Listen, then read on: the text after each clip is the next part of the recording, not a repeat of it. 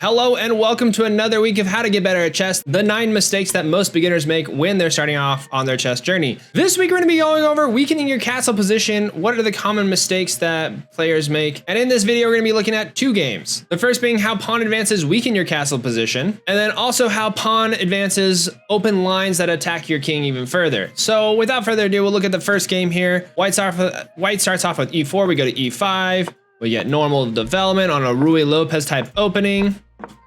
And development is looking pretty standard from here. Black castles, queen comes out, trying to create some attacks. But the problem what we're seeing here is after moving up this pawn over here to g4, this castle position is weakened significantly. The h3 pawn move, not so much, could potentially cause some future harm, but this g4 move is definitely a liability for white if they're looking to short castle here. The pawn comes out here to attack the bishop, as it does in the Ruy Lopez. The bishop retreats over here to c2. Bishop to b7 comes out looking to attack the middle of the board. White's knight comes out to develop. The queen comes out. White's knight develops some more, and it is moving in the center.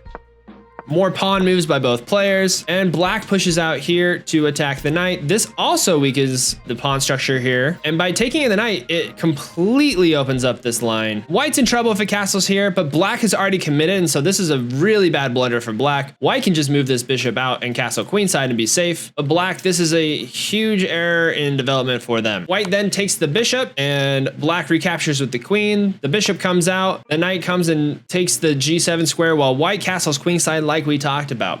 Black then pushes a pawn up to c5, and this is where white is trying to break open the center, and black just pushes forward, closing off the queen side of the board, and white goes on to attack the king, and white trying to create a battery on a closed file there.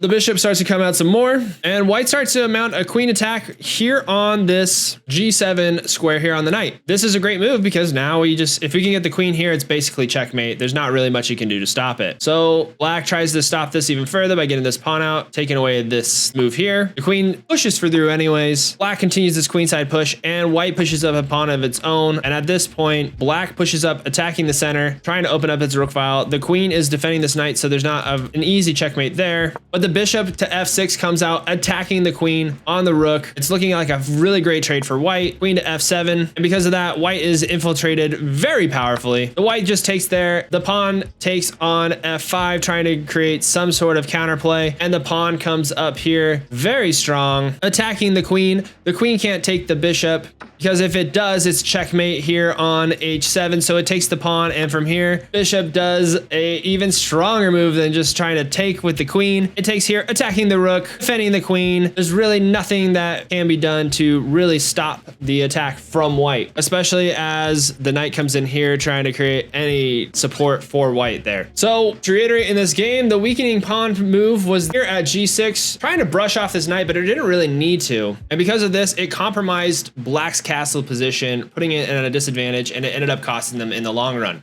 And before you start these games, if you could please drop a like on our video down here. But now in this last game, we're gonna be looking at your castle position and how pawn advances can actually open lines for attack on your king. So the game starts off with a nice Ruy Lopez opening. Normal development from black and white. Things are going well. Black castles. White continues to develop.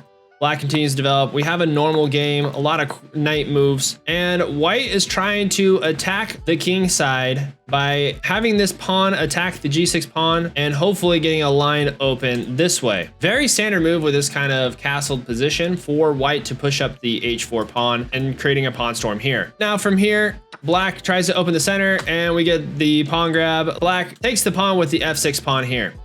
White then trades pieces in the center of the board, and white has a deadly bishop x-ray here. Black has to retreat, defending the knight. The bishop comes out trying to connect these rooks, and white castles. The game continues. More moves are being fought for the center. And this is where white exploits black's weakened pawn structure.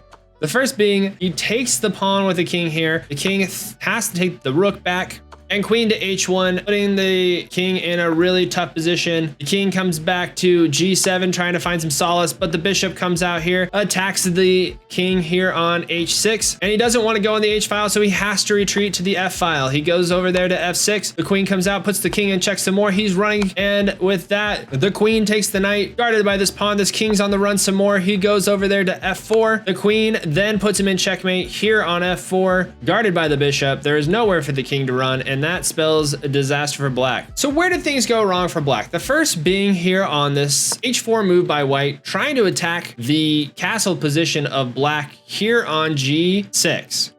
White's next move, moving to h3, further solidifies the problem. Black is not addressing the issues facing him at that time. The best thing for black to do after h4 is possibly move up here to h5, stopping this exploit. But instead, what happened is white took on g6, and it weakened black's pawn structure there. And then the final move that really did it in for black was the rook to h7 move here, sacrificing the rook. Black has to take, and then from there it put him on a wild king chase, and it spelled disaster for black. So that's it for this week's mistake. The moral of the story is protect your castle to king position, don't advance your pawns thoughtlessly, and you will be in a much safer position moving forward. Next week, we're going to be looking at the 6th mistake, which is getting pinned, why it's bad and how you can best avoid it and use it to your own advantage in your own chess games. So that video will be here or here, whatever one it is. I'll see you then, and have a great week.